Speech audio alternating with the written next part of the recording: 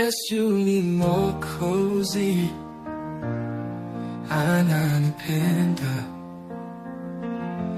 alikufa msalabani kwa ajili yangu. Kwa lugha. Yesu asifiwe. Jina la Bwana libarikiwe.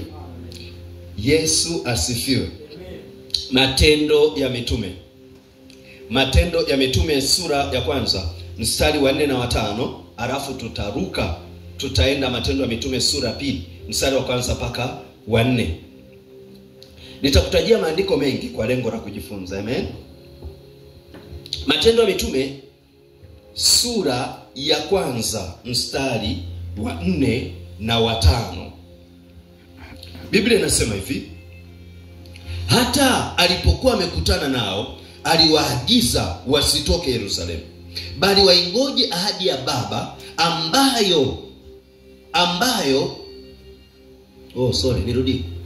Hata alipokuwa amekutana nao, aliwaagiza wasitoke Yerusalemu, bali waingoje ahadi ya Baba ambayo mlisikia habari zake kwangu. Mstari wa 5, ya kwamba Yohana alibatiza kwa maji, bali ninyi mtabatizwa katika Roho Mtakatifu baada ya siku hizi chache. Angalia sasa, Yesu amekutana na wanafunzi, anawaambia sasa, sikilizeni, kaeni hapa msubiri. Ndio maana nilikuwa nafundisha kufanya nini? Kusubiri. Sawa? Kaeni hapa msubiri. Wakati Yesu anafundisha kaeni hapa msubiri, Biblia inasema hivi: wanafunzi wakatoka wakaenda kusubiri. Hakuambia kaeni hapa msubiri mpaka siku fulani. Aliwaambia tu kaeni hapa msubiri. Wakakaa wanasubiri. Matendo ya Mitume sura ya pili. Maana yake hapo katikati pamekuwa kimya. Kutoka Yesu aliposema nao pamekuwa kimya. Kwa muda gani? Pamekuwa kimya kwa kitambo, takriban siku 49. Siku ya 50, Matendo ya Mitume sura ya pili kuanzia mstari wa kwanza. Nataka nielekee pale waliponena kwa lugha. Anasema hata ilipotimia siku ya Pentekoste, walikuwako wote mahali pamoja. Pentekoste maana yake ni nini? Pentekoste maana yake siku ya 50. Bwana Yesu asifiwe. Bwana asifiwe. Unayeandika sawa? Pentekoste maana yake ni nini? Pentekoste maana yake siku ya 50. Kwa hiyo ukisikia watu wanasema sisi ni wa Pentekoste, sawa? Haimaanishi ni warokole. Inamaanisha ni watu wa siku ya lini? Ya 50. Si sawa? Tafsiri ya Pentekoste siku ya 50. Siku ya 50 kutoka wapi? Siku ya 50 kutoka Pasaka. Maana yake ilikuwa inafanyika sikukuu ya Pasaka siku ya 14 ya mwezi wa kwanza. Tunasoma hivyo kwenye Biblia. Ni leo tu Pasaka haieleweki. Mara mwezi wa 4, mara mwezi wa 3, mara mwezi wa ngapi, baada ya watu kuadhimia kubadilisha kalenda na kadhalika. Lakini Pasaka ilikuwa inaadhimishwa tarehe 14 mwezi wa kwanza. Sawa? Kwa hiyo baada ya tarehe 14 mwezi wa kwanza walikuwa wanahesabu majuma 7, siku 49. Siku ya 50 ilikuwa ni sikukuu ya vibanda, sikukuu ya majuma. Sawa? Wakihesabu wiki 7, siku 49, 7 mara 7, 49. Siku ya 50 sikukuu ya majuma. Kwa Yesu akamwambia wanafunzi, kaeni hapa msubiri. Kaeni hapa msubiri. Asiondoke mtu. Biblia inasema ilipotimia siku ya 50, anaendelea kusema, kukaja ghafla toka mbinguni uvumi kama uvumi wa upepo wa nguvu, ukienda kasi, ukaijaza nyumba yote waliokuwa wameketi.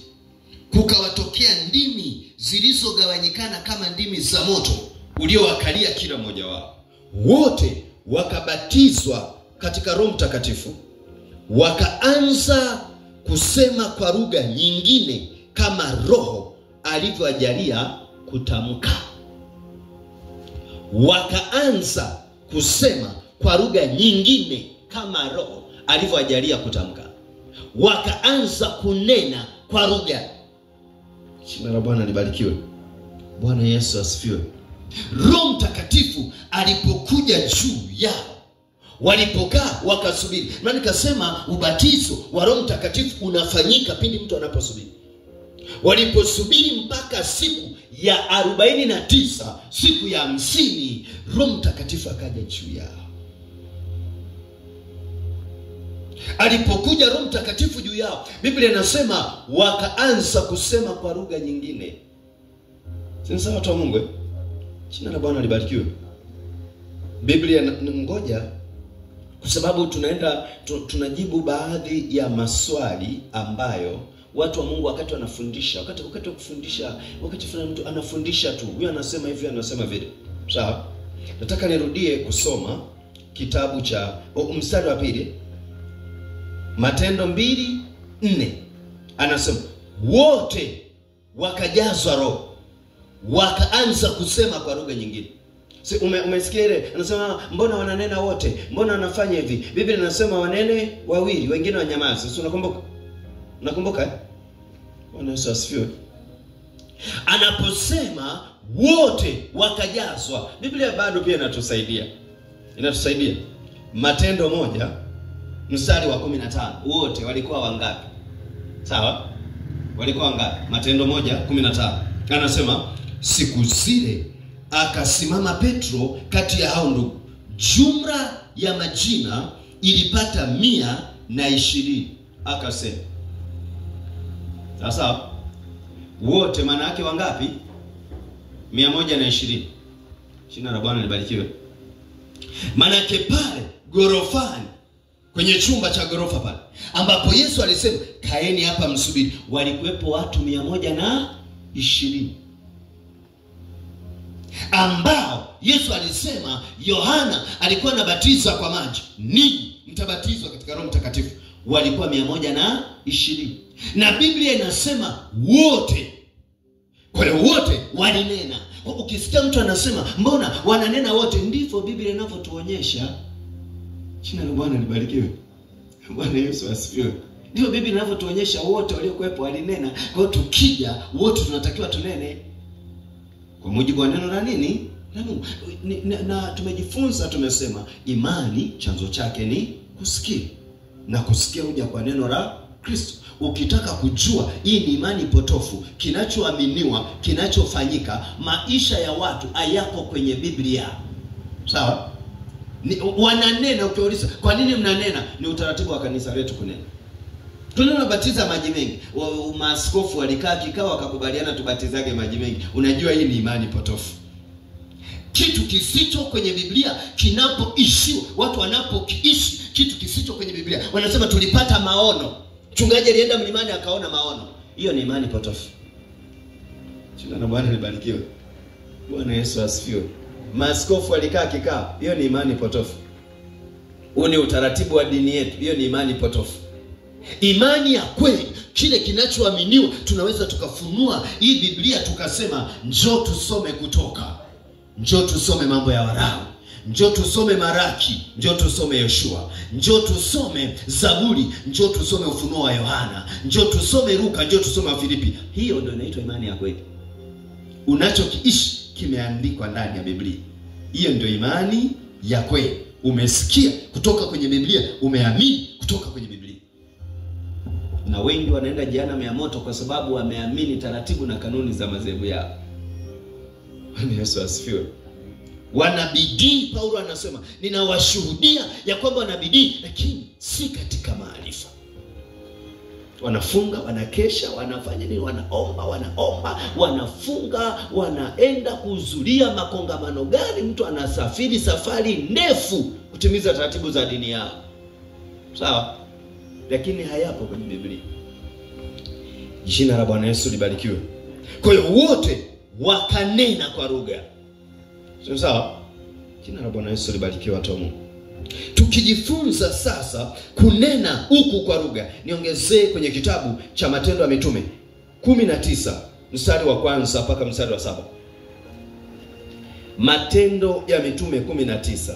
Nimesema nakupa mistari kadhaa ili upate msingi thabiti wa mafundisho haya ninayofundisha. Amen.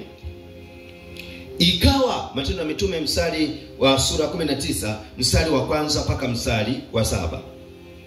Ikawa Apolo alipokuwa Korinto, Paulo akiisha kupita kati ya nchi za juu, akafika Efeso, akakutana na wanafunzi kadha wa kadha huko. Akawauliza, je, mlipokea Roho Mtakatifu mlipoamini? Wakamjibu, la, hata kusikia kwamba kuna Roho Mtakatifu hatukusikia. Akawauliza, basi mlibatizwa kwa ubatizo gani? Wakasema, kwa ubatizo wa Yohana. Paulo akasema, Yohana alibatiza kwa ubatizo wa toba, akiwaambia watu wamwamini yeye atakayekuja nyuma yake, yaani Yesu. Waliposikia hayo, wakabatizwa kwa jina la Bwana Yesu. Na Paulo alipokwisha kuweka mikono yake juu yao, Roho Mtakatifu akaja juu yao. Wakaanza kunena kwa lugha na kutabiri, na jumla yao walipata wanaume 12. Bwana asifiwe. Aliyokuwa anazungumza nao Paulo walikuwa wanaume 10 na ngapi? 12. Akakutana nao, akauliza swali, ndugu zangu, ninyi mlipoamini, je, mlipokea Roho Mtakatifu? Mlipoamini maana yake nini? Maana yake Paulo anajaribu kuwakumbushia. Sawa? Warumi sura ya 10 mstari wa 9 anasema, kwa sababu ukimkiri Yesu kwa kinywa chako ya kuwa ni Bwana, ukaamini kwa moyo wako ya kuwa Mungu alimfufua katika wafu, utaokoka. Sawa? Sasa ana cut it short. Anauliza, je, mlipoamini maana yake mlipookoka mlipokea Roho Mtakatifu? Wale jamaa wanajibu, sisi hata kusikia kama kuna Roho Mtakatifu hatujawahi kusikia. Sawa? Maana yake walikuwa wamesikia habari za Yesu, wakamwamini Yesu, wakaokoka, lakini walikuwa hawajafundishwa habari za Roho Mtakatifu, kama lilivyo kanisa la Pentekoste la siku za mwisho. Sawa? Kama walivyo watu wengi wanaojiita wa Pentekoste. Sawa? Kwa sababu moto wetu, yani asili yetu sisi, ukisikia mtu ni Mpentekoste, asili yake ni siku ya 50. Ni nini kilitokea siku ya 50? Roho Mtakatifu aliwashukia wote. Kwa ukisikia mtu anasema mimi ni Mpentekoste, maana yake naye ameshukiwa na Roho. Sio kama amejiunganisha na madhehebu ya Kipentekoste, no. Na Bwana libarikiwe. Kuna wapagani wengi tu wako Pentekoste leo ninapofundisha hapa. Kuna wapagani wengine hawasali kabisa. Mpagani ni mtu asiye na imani katika mambo ya kimungu, kwa mujibu wa hizi masuala ya theolojia na kadhalika. So huyu jamaa ni mpagani. Ni mpagani maana yake nini? Sio kama aamini. Ana imani yake mara fulani, sio katika Mungu wako unayemwamini wewe. Ndio tunamuita sisi nani? Mpagani. Na yeye akitutazama anatuita sisi ni kafiri.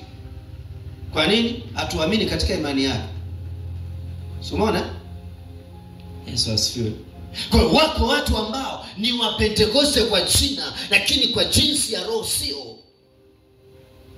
Ni kweli?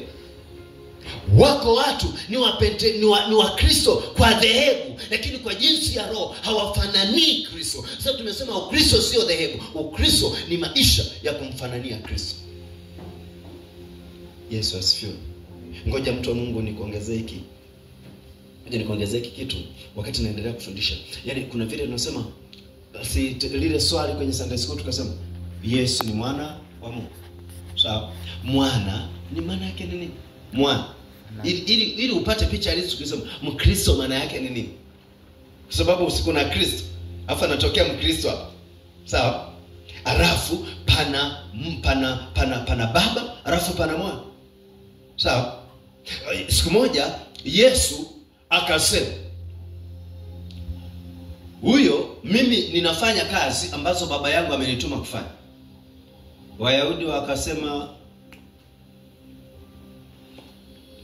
wakaokota mawe, wanataka kumpiga Yesu. Yesu akasema, kuna kazi nyingi tu nzuri nimefanya. Ni kwa kazi ipi mnaokota mawe mnataka kunipiga? Wakajibu wakasema, wewe mwenyewe mwanadamu unajifanya kuwa sawa na Mungu. Simona alisema Mungu ni baba yangu. Wale jamaa wakatafsiri anakuwa sawa na nani? na Mungu. Ukisikia mwana ni yule anayefanana na baba. Sawa? Tafsiri ya neno nani? Mwana, mtoto. Sawa? Kwa hiyo mimi ni mwana wa Mungu, maana yake mimi nafanana na nani? Na Mungu. Ndio maana wale jamaa akachukia, wakakasirika. Huyu jamaa anafanana na Mungu, maana yake yuko sawa na Mungu, anajiweka kwenye daraja moja na Mungu.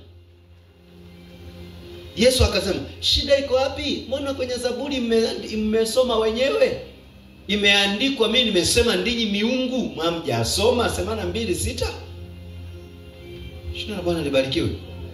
Bwana Yesu asifiwe. Kuwa Mkristo maana yake ni kuwa kama Kristo. Sio kujiunganisha na madhehebu ya Kikristo, no. Kuwa kama Kristo. Kuwa kama Kristo, nenda kazitazame kazi za Kristo. Akasema mtu akiniamini kazi nizifanyazo na yeye atafanya, na kubwa kuliko hizi, kwa sababu naenda kwa Baba. Nafufua wafu na yeye atafufua. Naponya wagonjwa na yeye ataponya. Sawa? Jina la Bwana Yesu libarikiwe. Bwana Yesu asifiwe.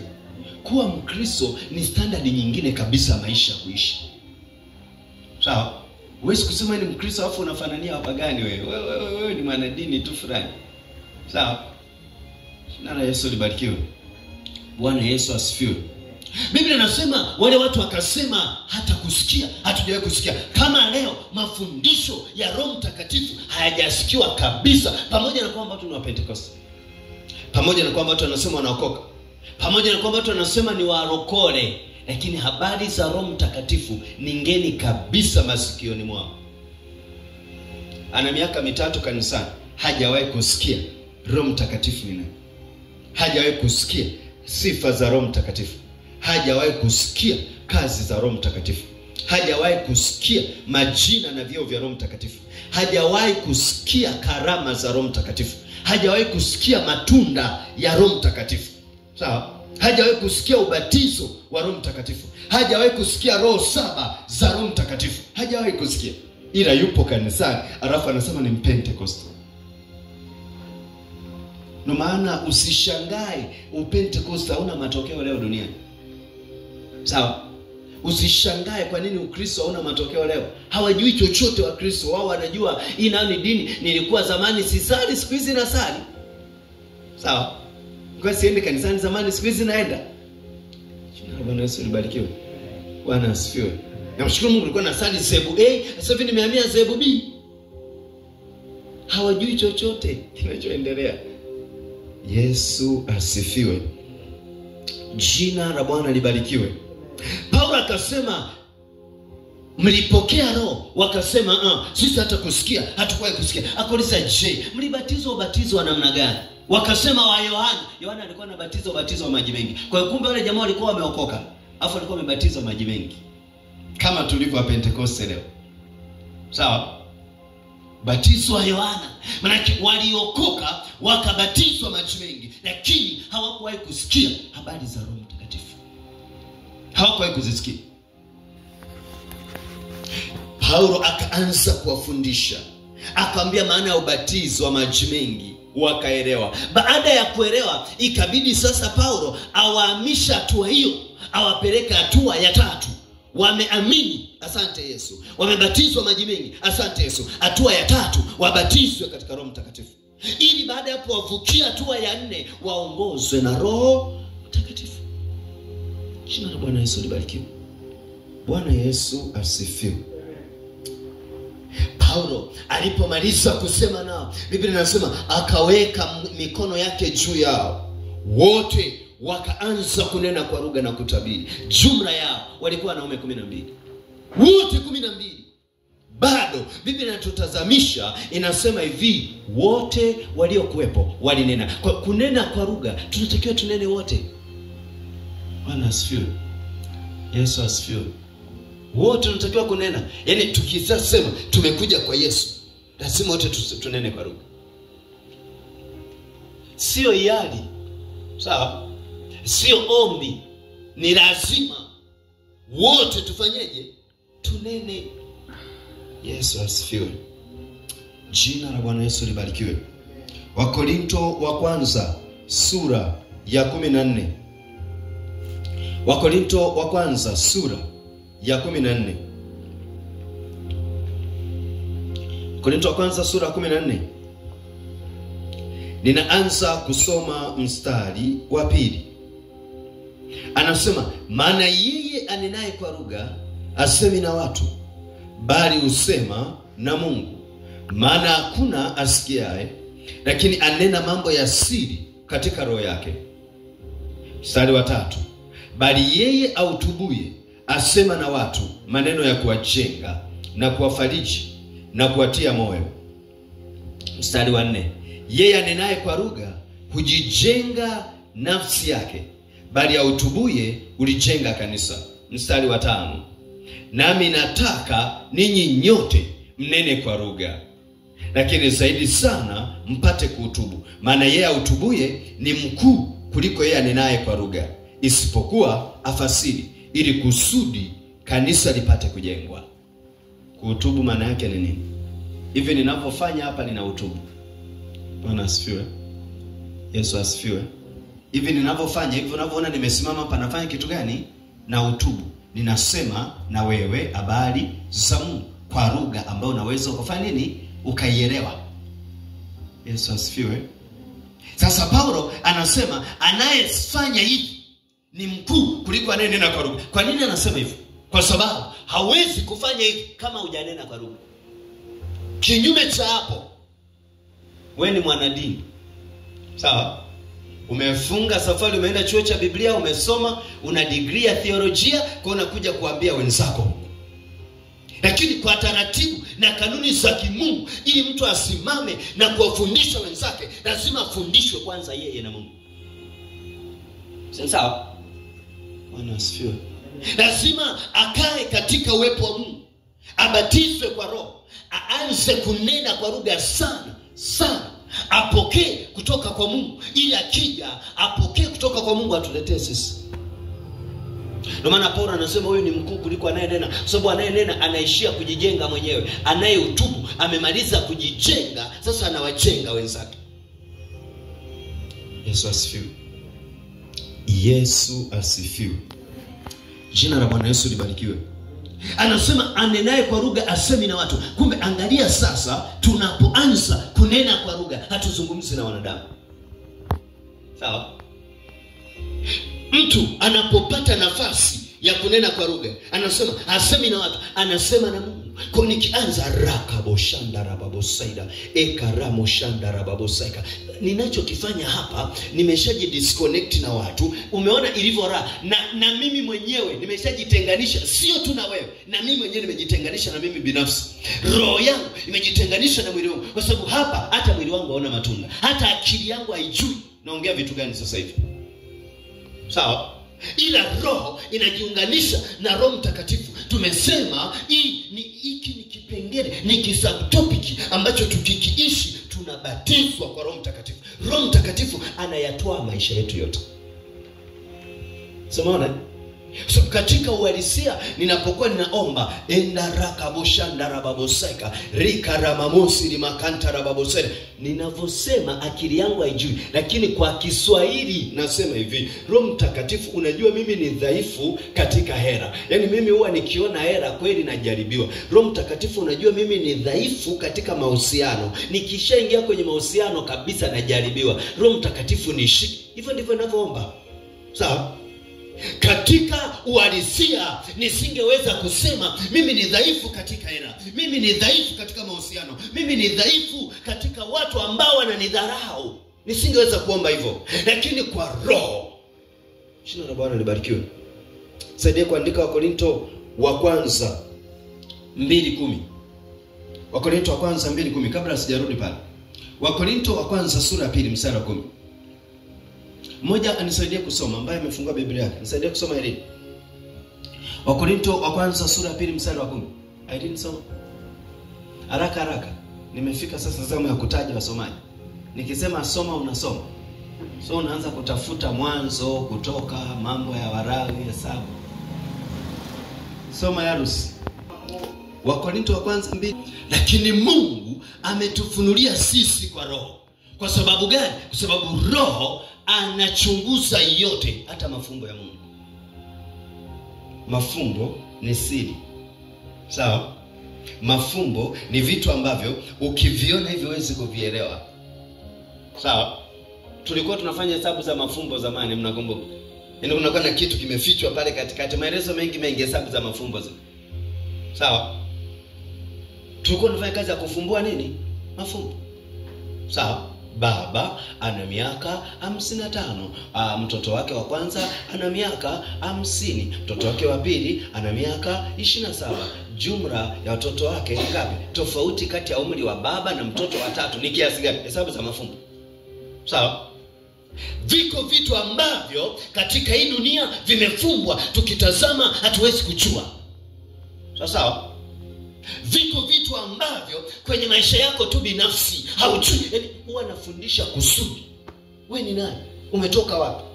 Kwa nini uko hapa? Unaenda wapi? Sawa?